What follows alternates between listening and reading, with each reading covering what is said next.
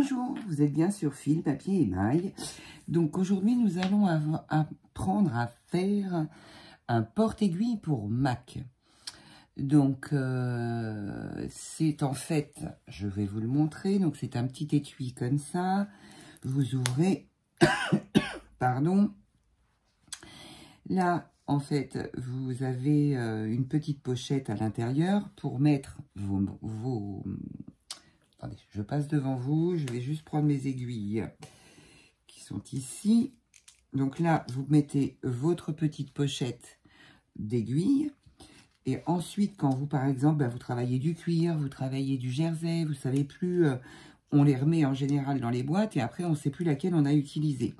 Donc, j'ai imaginé qu'on mettait ça comme ça. Ici, on met son aiguille utilisée et comme ça, on ferme. Et après, je vais vous montrer avec la Cricut faire cuir, jersey, enfin tout ce qu'il y a au niveau des aiguilles pour faire plusieurs poches et pour pouvoir en fait les transporter sans souci et qu'elles ne soient pas toutes mélangées. Voilà. Donc je range. C'était juste pour vous montrer comment ça fonctionne. Donc voilà, ça je referme. Hop. Celle-là aussi. Voilà. Donc ça, je les mets de côté. Donc pour ce faire, il va vous falloir... Alors, j'ai fait ça sur une ardoise. Je ne sais pas si vous voyez mieux ou pas. Donc le porte-aiguille pour Mac. Donc 20 cm par 10 cm, il le faut 2 fois. Soit dans le tissu, un tissu normal, vous faites les deux côtés pareil, ou bien vous prenez un tissu extérieur, enfin un tissu principal et un tissu doublure. Vous faites juste un tout petit repère à 6 cm, parce que ce sera le haut en fait de votre porte-aiguille, pour pouvoir y placer le petit carré de feutrine qui fera 6 cm par 6 cm qu'il faut couper une seule fois. Donc un carré de feutrine de 6 par 6 et 2 fois 20 par 10 cm. Voilà, c'est tout. Et il vous faut aussi une ouatine. Donc de la même dimension de 20 par 10. Pas très épaisse, hein, parce que j'ai essayé 2 épaisseurs et moins elle est épaisse, mieux c'est. Donc voilà, donc je vous montre, je vous laisse comme ça. Voilà, et je vais vous montrer donc ce que moi j'ai coupé. Donc j'ai coupé mes deux tissus. J'ai coupé mes deux tissus de 20 par 10. J'ai coupé ma ouatine de 20 par 10. J'ai coupé mon petit carré de 6 par 6 et un bouton pression pour fermer. Donc deux petites têtes, une femelle et un mâle. Donc je vais vous les montrer parce que là vous allez pouvoir mieux voir. Donc voilà, donc le mâle, la femelle et 2 têtes. Voilà, donc là nous allons passer au tuto. Donc pour ça, il vous faut, ça on met un ou deux côtés sur le côté, il vous faut le morceau de 20 par 8, donc dans le bon sens. Là vous allez faire un repère à 6 cm. Donc je prends ma règle. Donc moi je fais un repère juste au milieu, comme ça, avec mon stylo qui s'efface. Donc je fais un petit repère à 6 cm ici et 6 cm là. C'est juste pour pouvoir mettre notre petit carré droit. Donc je remets en face et je mets mon petit carré, donc je le centre. Hein. Donc à vous de regarder sur les côtés. Vous le centrez à l'œil, hein, c'est pas au millimètre. Voilà, le principal c'est qu'il soit droit ici. Après je mets 2 épingles. Hop.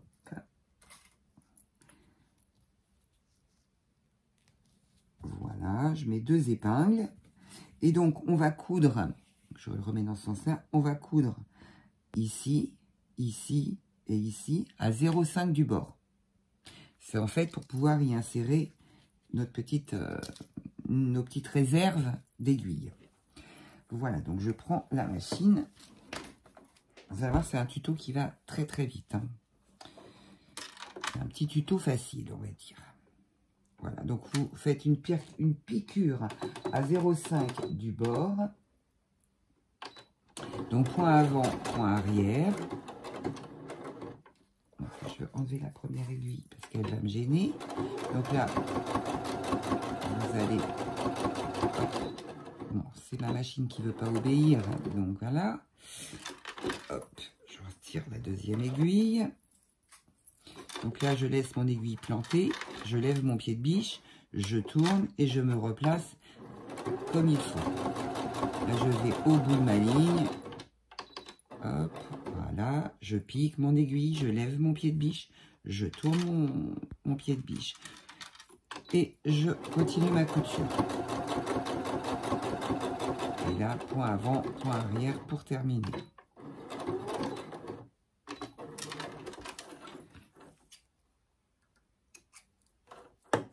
Donc, voilà. Ça, c'est fait. Donc là, vous retirez vos petits fils qui dépassent.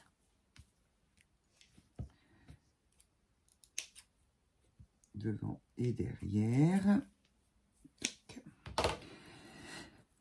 Maintenant, vous allez prendre le morceau de watine. Vous allez y déposer l'autre morceau où il n'y a rien dessus de 20 par 10. Vous le déposez de cette façon. Donc, envers contre la watine. Et là, vous allez mettre endroit contre endroit. Donc, bien la poche ouverte vers le haut. En haut. Voilà. Donc, on place tout bien. On met des épingles. Donc là, hop. Je mets des épingles tout autour. Je vais regarder de ce côté-là. Oui, c'est bon. Là, je mets des épingles tout autour. Bon, j'en mets pas non plus énormément. Là, je vais laisser pour pouvoir tourner. Donc, je vais coudre. Enfin, je vais laisser une ouverture ici, en bas.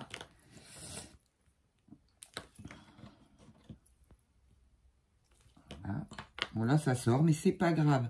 Ça n'a aucune importance que la watine, elle sorte. Vous allez être obligé de la retailler parce qu'elle bouge. C'est normal. Je reprends la machine. Oh. On va gagner. Là, je mets donc sous la machine. Donc, je vais commencer sur le coin. Je vais faire point avant, point arrière. Je vais aller jusqu'à mon bord. Je tourne mon pied de biche. Donc, je laisse planter mon aiguille. Je tourne mon pied de biche. Et je continue ma couture. Donc là, c'est tout droit. Vous allez tout droit, tout droit, tout droit, tout droit. Je lève les épingles parce que ça va gêner. Là, vous allez vous arrêter dans le coin. Donc, encore un petit coup. Hop. Vous plantez votre aiguille, vous levez votre pied de biche, vous repositionnez votre pied de biche et vous repartez pour la couture jusqu'au bout, jusqu'à l'autre coin.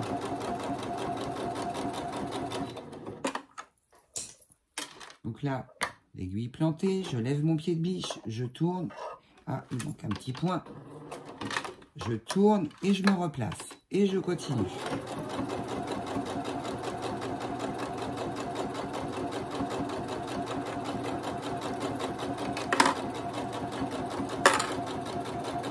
Donc là, vous allez arriver en bas, c'est pareil. On plante son pied de biche. On plante son aiguille, on lève son pied de biche, on tourne son travail et on va coudre à peu près jusqu'ici. On laisse une ouverture. J'avance. Et là, hop, point arrière, point avant. Et voilà, la couture est... Non, celle-ci est terminée. Je pousse. Donc là, je vais retirer sous mes fils qui dépassent.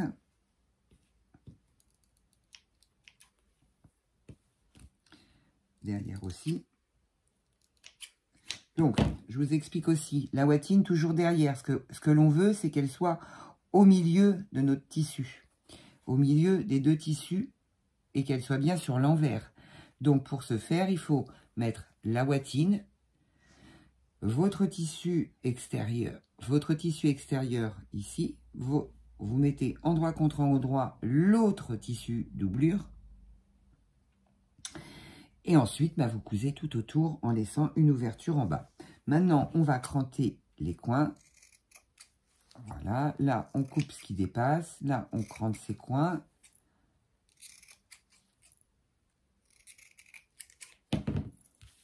Ça, on met de côté. Voilà, donc ça donne ça. On a cranté. Ici, c'est ouvert. Donc maintenant, je vais faire passer. Alors, c'est petit, hein. Il faut faire tout passer. Mais ça passe.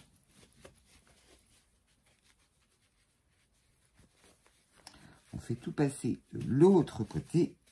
Hop. On fait tout ressortir.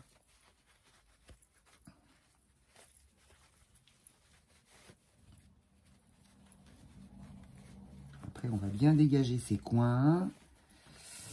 Enfin, déjà, faut arriver à tout sortir. Une fois que tout est sorti, c'est plus facile. On va tirer un petit peu. Voilà. On va sortir ces coins. Voilà, il faut glisser son doigt. Je suis obligée de me mettre comme ça, sinon vous ne voyez rien. Et voilà, donc c'est pas fini, hein. On va prendre notre petit instrument pour sortir nos coins. Donc, voilà, on insiste un petit peu. Bon, bien sûr, on y va doucement. Voilà. Là, c'est pareil, il faut passer entre les couches. Là, vous ressortez bien vos coins. Là, pareil. Donc là, vous emmenez bien dans vos coins. Et vous repassez. On est bien d'accord. Après, vous rentrez le bas, le petite ouverture. Donc, comme vous avez bien repassé, vous avez une jolie, c'est bien plat. Donc, vous mettez des pinces pour fermer ici. Donc là, vous avez l'ouverture ici, le petit rabat ici. Donc maintenant, ce que l'on va faire, on va faire une surpiqûre tout autour à 2 mm du bord. Si vous n'arrivez pas à 2 mm, vous pouvez faire à 5 mm. Mais le mieux, c'est pour refermer votre ouverture, c'est de le faire à 2-3 mm, c'est plus joli. Donc moi, je vais régler ma machine en conséquence. Voilà. Et on y va. Je vais juste enlever tout ça. Voilà, je ramène la machine ici. Un poil de chien. D'ailleurs, je suis étonnée qu'il ne soit pas là parce que j'ai laissé la porte ouverte. C'est très étonnant qu'il ne soit pas là. Voilà, donc là, je vais commencer ma surpiqûre. Je replace bien mon tissu, étant donné que moi, je n'ai pas repassé, que je suis une vilaine. Donc là, je fais ma surpiqûre tout autour. Je plante mon aiguille. Je tourne mon travail. Il me faut encore un petit point. Là. Et je continue de piquer tout autour.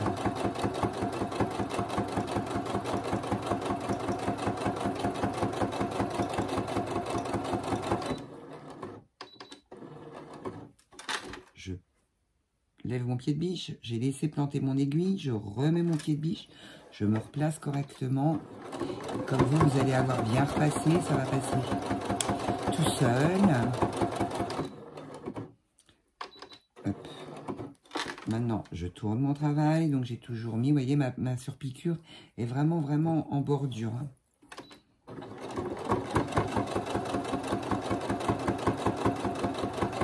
Je l'aide un peu au départ parce qu'elle est vraiment très au bord.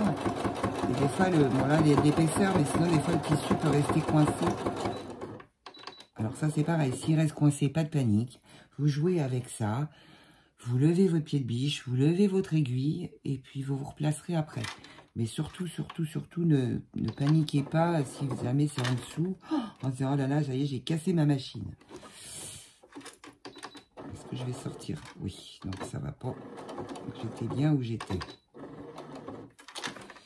Donc là, hop. Et là, je rejoins mon autre couture. Point avant, point arrière. Et c'est fini.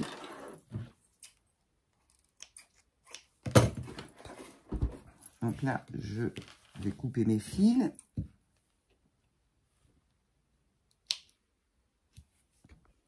Pardon, je ne fais pas bouger, j'espère. Hop. Donc voilà notre petite pochette. Alors, je la mets dans le bon sens. Le bas, le haut. Donc maintenant, ce que l'on va faire, on va rabattre à la lisière, en fait, de notre petite poche. On va rabattre comme ça. Hop. Donc si vous avez bien repassé, ça va bien tout seul. Et là, vous avez le petit rabat qui vient se mettre par-dessus. Et maintenant, on va mettre le bouton pression. Donc, pour faire le bouton pression, c'est simple. On plie en deux comme ça. Hop. Vous mettez à peu près à... Je vais vous dire. Ce sera plus facile. Je pense que 1,5, dans le bon sens, c'est mieux. Voilà, 2 cm du haut. À 2 cm du haut, vous faites votre petit pic. Enfin, moi, je fais un petit peu... voilà. Je vais vous dire à combien j'ai mis. Exactement. Oh, j'y tiens. Hein. Eh bien, 1,5. Pile. Trop forte. Donc maintenant, je prends mon bouton pression. Je mets ça sur l'arrière. J'appuie bien. Je mets mon mal sur mon pic. Je prends ma pince et je vais fixer mon bouton pression. Voilà, donc là, hop, pour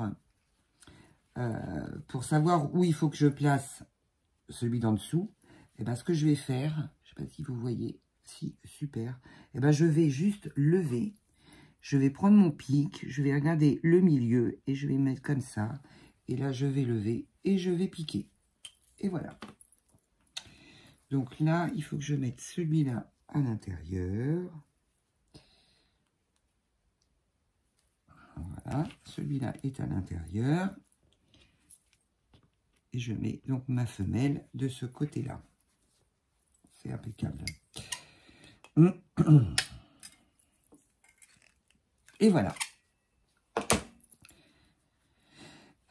Si je ne le prends pas dans le bon sens, donc là j'ai mis mon bouton pression. Donc là, je ferme. Oh. Les pressions, elles sont un petit peu dures au départ. Donc voilà notre petite...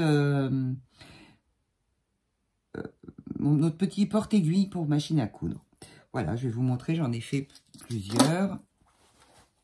On a fait un petit vert, un petit rose, un autre rose plus clair, un petit papillon que je vous ai montré tout à l'heure, un orange, un bleu et un autre vert. J'ai fait avec mes chutes de tissu, en fait. J'ai fait mes petites chutes de tissu. Voilà. Ce que ça donne.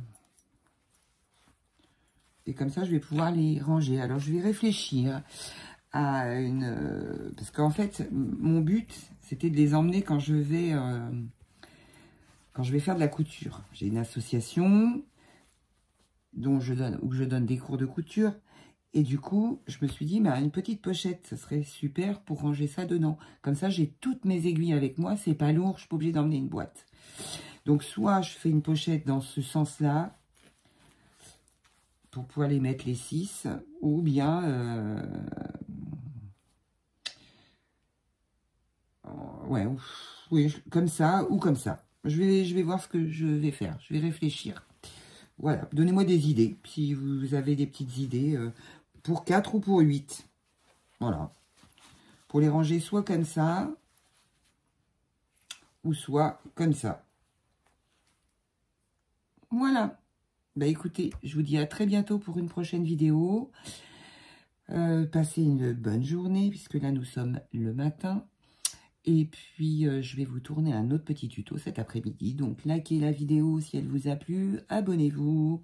Ça me fait toujours plaisir. Je vous dis, moi, c'est couture sans prise de tête. Et pour passer un beau moment. Voilà, donc je vous dis à très bientôt.